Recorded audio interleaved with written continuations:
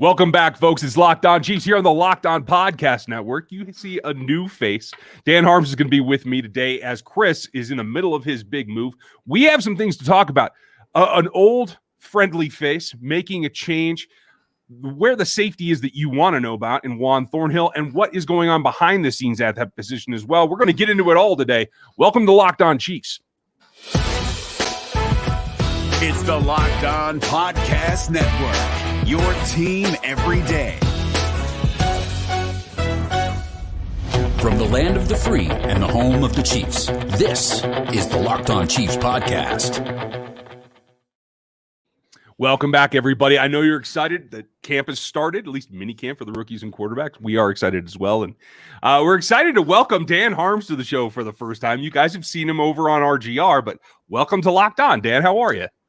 Thank you for having me, Ryan. It's nice to make the jump from RGR to the Locked On podcast, so I do appreciate that. I'm doing really well. I actually put some ribs on the smoker about an hour ago now, so my Sunday is looking up. Yeah, there you go. You're well ahead of me because I'm playing catch up this weekend. So we're not the only ones, though. There's a couple of topics, and we've been waiting for this, for at least 6 weeks since minicamp broke, but honestly, since the day after the draft for me, waiting to get to this point to see where the rookies are. There's a lot going on there. But before we can get to that, there's a little bit of news about what's changing at camp and why. And in particular, if you guys missed it, I think Matt Derrick had a great picture of it on his Twitter feed. Herbert Ethiopia had it as well. They've built a new hill. The hill that you're all used to sitting on at camp that is up by the tents for the press and the VIPs and those kind of things. There's a hill opposite now, back down around the side and on the back side that will accommodate a lot more people.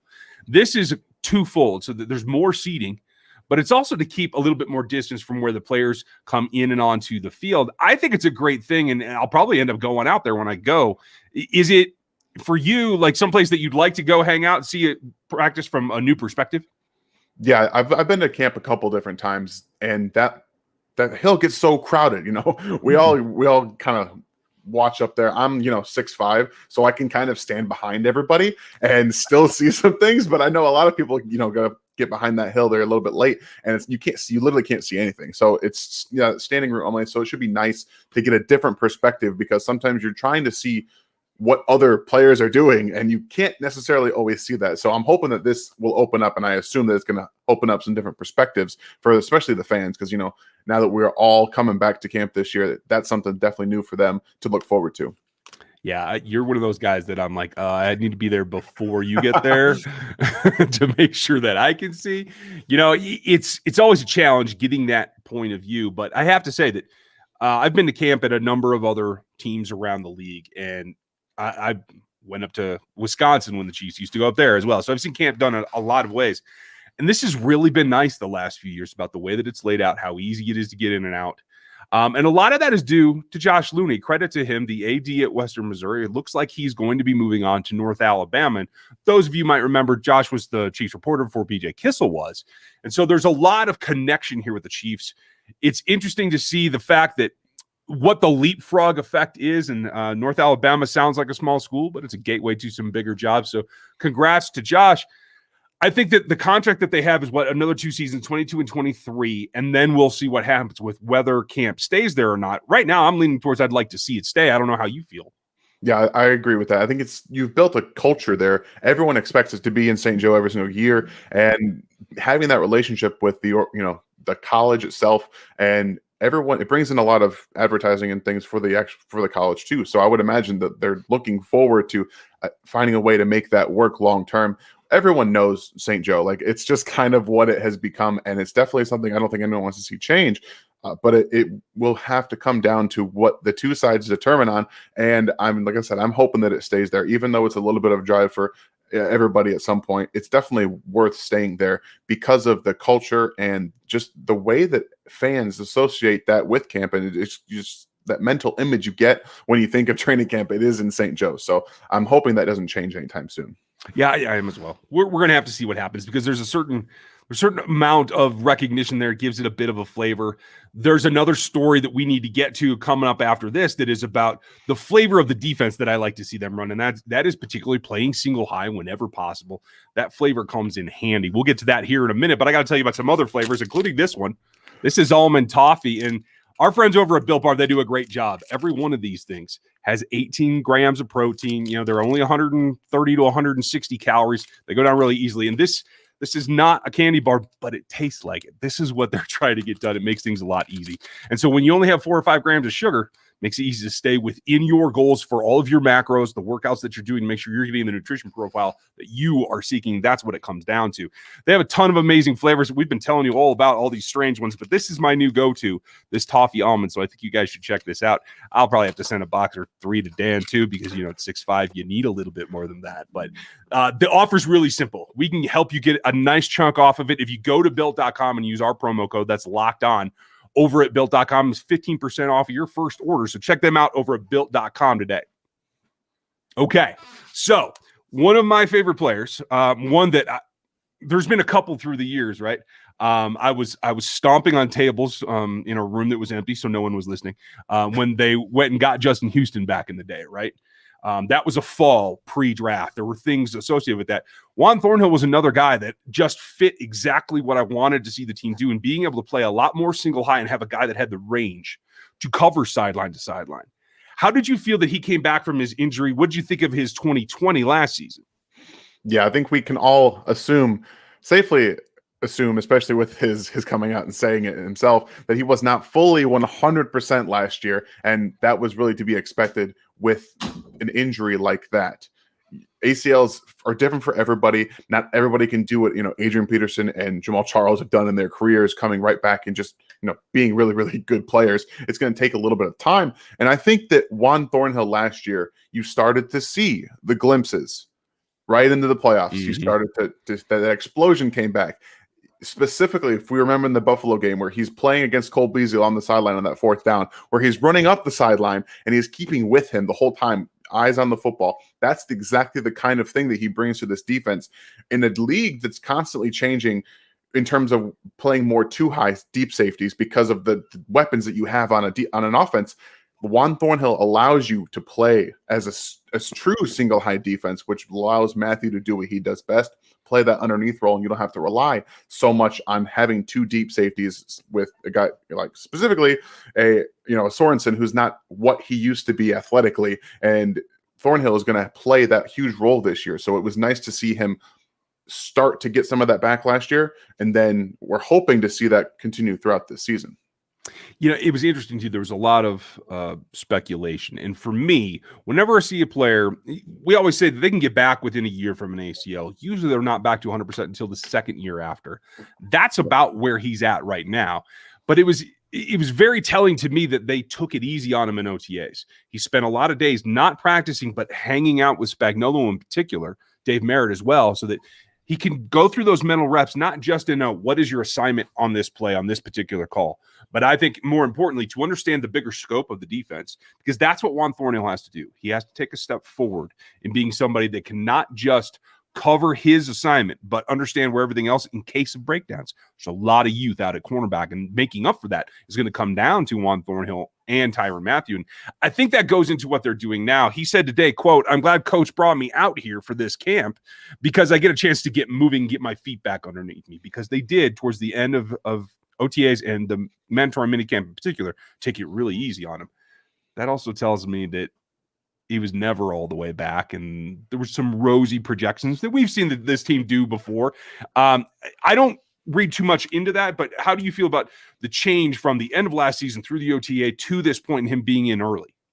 I think that's exactly what you're hoping for. I've watched the Bills playoff game a bunch, and as I'm going through it, there's an area where it says that he gets injured, and his return is doubtful, or he's out for the rest of the game. And then you see in the Super Bowl, his snaps dropped completely from 55 in the game against the Bills to like 18 against the Bucs, which kind of was eerie to me. And they're coming out and saying it's not a new injury. So I'm wondering if he just aggravated it a little bit, or it just something did not feel right in his lower half with that knee. So seeing him get there early and knowing that they're doing everything they can to get him that full playbook, it definitely helps me feel that he's more comfortable now, especially at this point, than he was this time last year. And if you can get out there early with these guys, start to see Mahomes start to play as a deep safety, that's how you're going to start to get better and really get into the intricacies of the defense with Spags and what Matthew, and getting it all on the same page. So I'm very excited to see what he's going to be doing this year.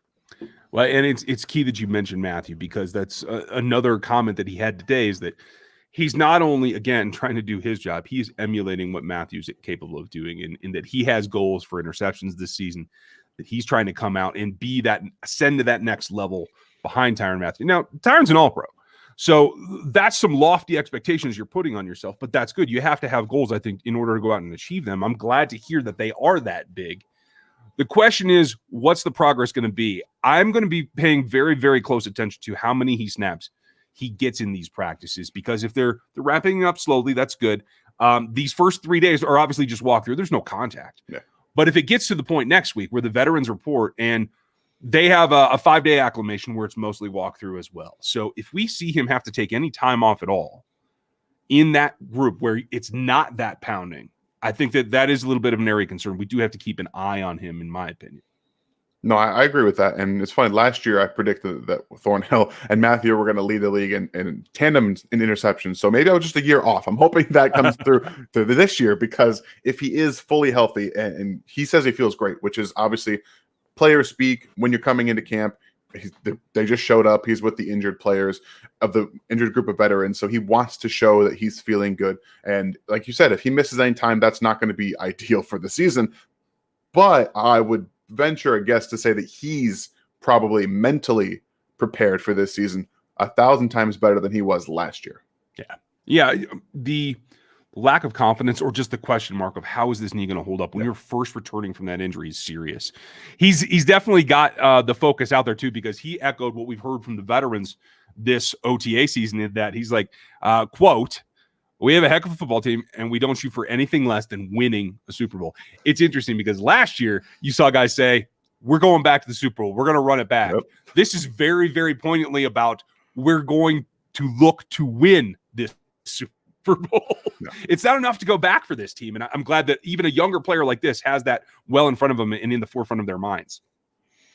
It's just kind of funny how you see a loss like that, in the way that they lost, can really impact them their mindset going forward. And it's such really kind of funny that, words kind of mean some things to players. Last year, like you said, they want to just get back to it. Now they're talking about wanting just to win it this year. So it's just kind of funny how they truly believe that the way that they speak about not just, what going to the Super Bowl, but winning it can affect the way that they play the game. And maybe that had a little bit of impact on how they played some of games last year, because of all those, let's just put these out there, quote, close games that people like to point at as possible points for regression. What's the point in saying that they're going to have those close games this year? Yeah, if they were in the exact amount of close games this year as they were last year, okay, maybe some coin flips go all the way. But that's not going to happen this year. Right. This is probably a discussion we should just have in longevity on RGR, because probably. I'm pretty sure Andy Reid is listening to the whole, "Hey, you play too many close games" things. And yeah. Andy's the only thing that's going to correct that, and he can easily do that. So I know he knows where the gas pedal is. The odds for them are right now to be the favorite to return to the Super Bowl and win it. So that's something that you have to live up to. And quite frankly, it's something that I might put a wager or 3 on, because you can do that over on Bet Online, the fastest and easiest way to get your sports action onto the books. Whether it's this all kinds of prop things that are going on right now in the NFL, or you're still going through, there's even Olympic action, there's UFC, there's all kinds of things. You can do it all at betonline.ag before the next thing tips off, kicks off, or starts to go on. Make sure that you go over and check that out, because this is your chance. Don't sit on the sidelines. Get into the game yourself. Head over there and you'll get a 50% deposit bonus. That's 50% on top of whatever you put down at betonline.ag. Your online sportsbook experts. Use our code LOCKEDON and you'll get that deal at betonline.ag. So there's a couple of other things, right, that go into this. And the safety position is one to look at, because we saw Armani Watts practice in OTAs. But just yesterday, the Chiefs did put Armani Watts onto the PUP list. They put Malik Herring onto the non-football injury list. So a couple of keys that I think goes under the radar is not just that rookies and quarterbacks report, but the injured players are getting, and you get an update on them. I'm concerned for Armani because as much as I'm happy for Juan Thornhill, Will Parks is waiting in the wings. And if Armani Watts is unable to practice, he is at risk of losing some ground. Yeah, you're 1,000% right about that, especially because he's been a guy who's only essentially played special teams to this point. There were a few games in 2018 where he came in and he played pretty well, had some flashes. I would say maybe not played pretty well, but had some flashes. Specifically, I remember against the Jaguars, he came in relief. They had a bunch of injuries in that game, and he was one of the guys that came in and played pretty well. So I think that he's hoping to have an opportunity to get some of that playing time. But when you bring a guy like Will Parks in, who has done more than he had, more than Watts has to this point in his career, who's shown that he's been able to play in the NFL for an extended period of time, that's concerning for a practice for a guy who's only really done stuff in practice. And Watts being injured at this point, in my opinion, starts to put him in jeopardy of possibly not making this roster. Yeah, it's tough. I mean, I know a lot of folks are high on Devin Key back there as well, who I think if those guys, if there is a fifth position, those two guys are fighting it out right now as we stand. I don't know that there's going to be a fifth safety. I could see them placing the priority on the cornerback position and keeping six of them possibly. One of them had a statement on Sunday, and that is that Deandre Baker feels he's close to, in his words, close to 100%. There's no way that's actually true, but I'm glad he feels that way. But if he's at 75 or 80% at this point, after severing the head off of your femur in action, that is a heck of a recovery and something that I think you can see him definitely getting on the field in 2021. The one thing I'll disagree was that he definitely could feel like he's close to 100%. He was just after practice. Maybe there's some adrenaline pumping through his veins, so he feels pretty good. And that can clearly have an impact on your mental status when you're just coming off of those endorphins, things like that. But any participation from Baker is a huge plus. I know that the team was very optimistic about his progress coming back this season and playing, but if he's even remotely close to being able to play by week 4, that's everything you could have hoped to want. And maybe that's why they've been so, I guess, back and forth with the whole Breeland thing before he signed in Minnesota. They're very confident, from what I can understand, that he's going to play at some point this season. And he said that Kansas City is the best place for him. I think that has a lot to do with mentally and just physically. They have one of the best, physical strength and conditioning staffs in the NFL, and he's mentally better than he's ever been in his career, I think, especially after everything that happened in New York. So I think he's ready to come back and prove that he can be a starter alongside Snead. I think it's going to be great. Well, it's key that you remember, folks, that he was a first-round pick. The fact that all the off-field issues got him out of New York and made him available in the first place doesn't take away from the talent that was on the film when we first looked at it. Right when you look at him in the athletic matrix, he literally breaks down exactly next to Rashad Fenton. So in terms of physicality and what the capabilities are, I think that that's certainly serviceable in this defense. They do have a little bit different style. He plays man well, but he's not near as aggressive or strong at the point of contact as Rashad Fenton, but they still have the same abilities. And I think, again, like Dan, I agree with you. I think the Breeland drama was, can we get our youth on the field? Can we save the cap space there, not going veteran, if these guys can get back on the field? And clearly, if they do, I think Snead was a first-round value. PFF seems to think so as well. A number of the redraft, media heads are putting him, as a first-rounder if there was a redraft this year. It's only been one season, so let's take it easy. But we could have potential, at least 2 first-round talents on this secondary. Do you think that that's enough for them to take a step forward? I don't know if this year I can say that specifically, because unless another player in Charvarius Ward also takes a step forward, because he's going to be playing this year. I tell you right now, he's going to play this year. And if he gets back to his 2019 version of himself, which was the best that we've seen, then we can say that they're going to take a step forward, because that's the only way I can see this secondary, as young as it is. There's not much experience back there now that, Breeland's gone. Them getting to that next level is going to take him becoming not just a leader, but getting back to that point where he was at his best and getting involved in pass production, pass breakups and interceptions, causing tip balls to be intercepted by Thornhill or Matthew, things like that. He's got to get his hand on the ball, and in order for the secondary to really be the best that they can be, it unfortunately really comes down to Charvarius Ward, who I think is really going to have to step up, and I'm not sure if he's there to do it yet. It will be very pivotal on his performance. We're going to have to see whether he jumps into the deep end of the pool or if we see a lot of what I felt was kind of a spit and start kind of thing last year with him. It's going to be key, but it's a group that I think has the potential to do well. We're going to follow everything for you guys as we go forward. They do have another practice there on Monday of this like mini camp within camp. And then they'll have a couple of meeting days. And then the veterans do report on Friday. So be prepared. We're going to have everything for you this week as we go through. We'll see if Chris makes it back on time and see if he gets moved or not.